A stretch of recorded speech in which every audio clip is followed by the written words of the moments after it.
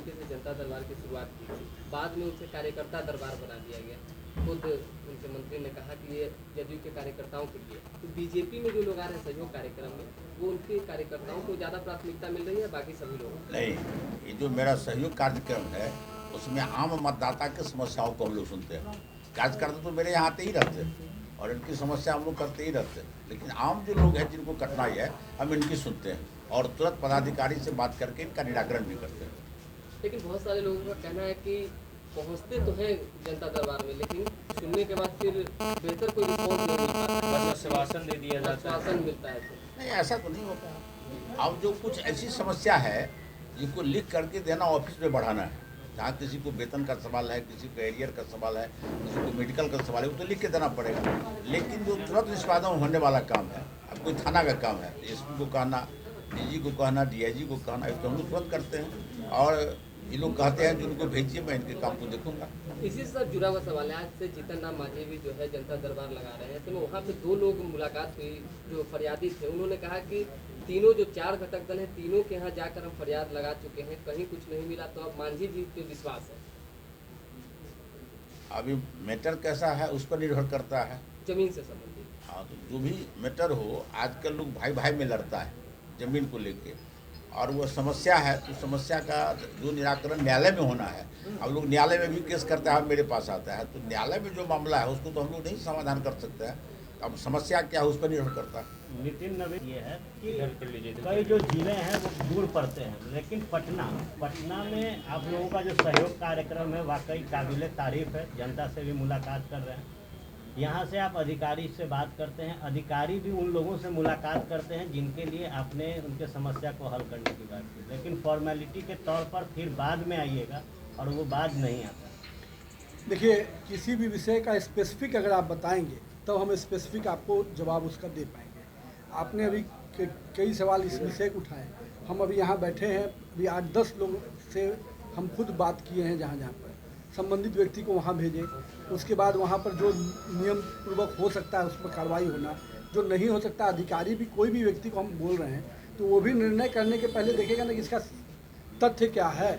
और एक चीज़ समझिए कि कोई भी जगह पर सहयोग करने के लिए कार्यालय खुला है, ये नहीं कि हर चीज़ का 100% निराकरण हो जाएगा, ऐसा ना कमिटमेंट हम लोगों ने कभी किया है, ना हम अपने घर में भी बैठते हैं अगर जनता के बीच में, तो वहाँ भी हम लोग समस्याओं को सुनते हैं और निराकरण की करते हैं। ये पूरे बिहार भर के कार्यकर्ताओं और जनता के लिए फोरम है जहाँ पर जनता अपनी बात रख सकती है और उसका समाधान। कई लोगों का यही कार्यालय में लोगों ने आके बताया कि समाधान भी हुआ है, लेकिन अभी फिर भी मैं ये नहीं कहता कि 100% चीज़ें हुई हैं, लेकिन एक परंपरा जो हम लोगों ने आज से बहुत पहले शुरुआत की है, उस परंपरा को हम लोग लगातार लेके चल रहे हैं और मेरा मानना है कि इसका अच्छा रिस्पॉन्स है।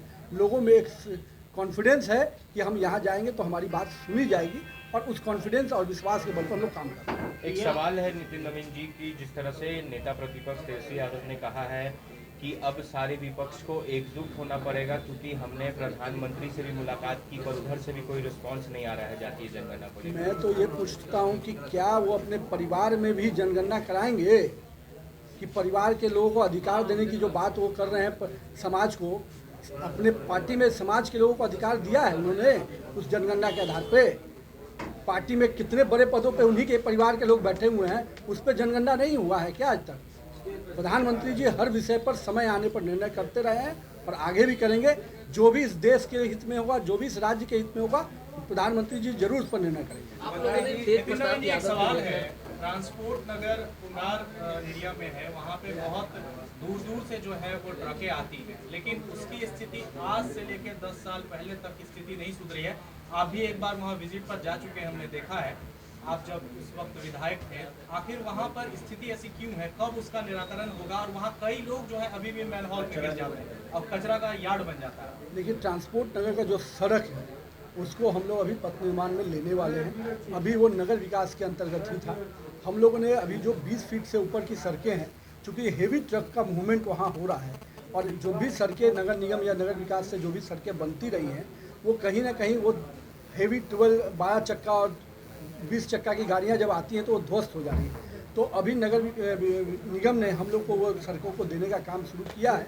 तो हम लोग 20 फीट से जो ऊपर की सड़कें हैं उसको हम लोग लेने जा रहे हैं। तो ट्रांसपोर्ट नगर भी उसी में आता है।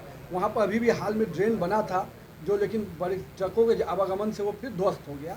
तो हम लोगों ने उसको अपने पास लेने का शुरुआत हुआ है और हमको लगता है कि आने वाले वर्षों में हम लोग उसको कर मंत्री जी, झारखंड में विधानसभा के अंदर नमाज पढ़ने के लिए एक रूम आवंटित की गई है। क्या आने वाले दिनों में ऐसा है कि बिहार में भी मंदिर का निर्माण किया जाए या देखिए, बनाया जाए विधानसभा? हमारे बिहार में और देश में स्पष्ट रूप से जो विधानसभा है वहाँ पर संविधान का पूजा होना चाहिए। लोकतंत्र का वो मंदिर है, वहाँ सभी धर्मों के लोग मिलकर आते हैं और राज्य और देश के विकास की बात करते हैं। वहाँ धर्म के आधार पर अगर विभाजन होगा, कमरों का आवंटन होगा, तो निश्चित रूप से गलत संदेश जाएगा।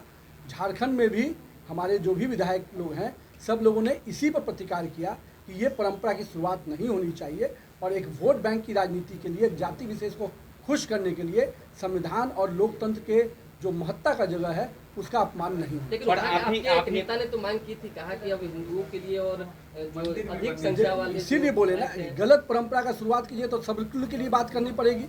तो वहाँ पे चर्च भी होना चाहिए, तो वहाँ पे गुरुद्वारा भी होना चाहिए। क्या इस तरह से लोकतंत्र चलेगा? तो जो माननीय मुख्यमंत्री जी जो वहाँ पर हैं, हेमंत जी ने जिस गलत परंपरा की शुरुआत की है वोट बैंक की राजनीति का, उस पर भारतीय जनता पार्टी के नेताओं का कटाक्ष है। आप लोग विरोध करेंगे अगर भविष्य में इस तरह की ऐसे कोई चीज़ होने ही नहीं जा रही है तो आपको विरोध करने की क्या आवश्यकता है? ऐसा कोई चीज़ होने वाला है? आप कैसे सोच रहे कि जो चीज़ें कहीं गलत हो रहा है तो यहाँ भी होगा? हम लोग ये करते हैं, हम लोग विकास में उनको जो हमारे यहाँ सबसे अधिक कब्रिस्तान की घेराबंदी हुई, हमारे यहाँ मंदिरों को सुरक्षित करने के लिए उसके बाउंड्री वाल, हम समाज से जुड़े हुए विषय को करें। जहाँ लोकतंत्र का मंदिर, जहाँ संविधान की पूजा होनी है, वहाँ पर राजनीति मत कीजिए और वहाँ धर्म के आधार पर विभाजन मत कीजिए। पर आप ही के पार्टी के विधायक हैं, उन्होंने मांग कर दी है कि विधानसभा में हनुमान चालीसा पढ़ने के लिए एक जगह बनानी चाहिए। मेरे भाई, मेरे एक विषय पर कटाक्ष है। जो गलत परंपरा की शुरुआत करेंगे तो भविष्य क्या होगा उसकी कटाक्ष उन्होंने किया है। अगर आपको हमारा वीडियो पसंद आया हो तो इसे लाइक करें, सब्सक्राइब करें और साथ ही बेल आइकन दबाना ना भूलें।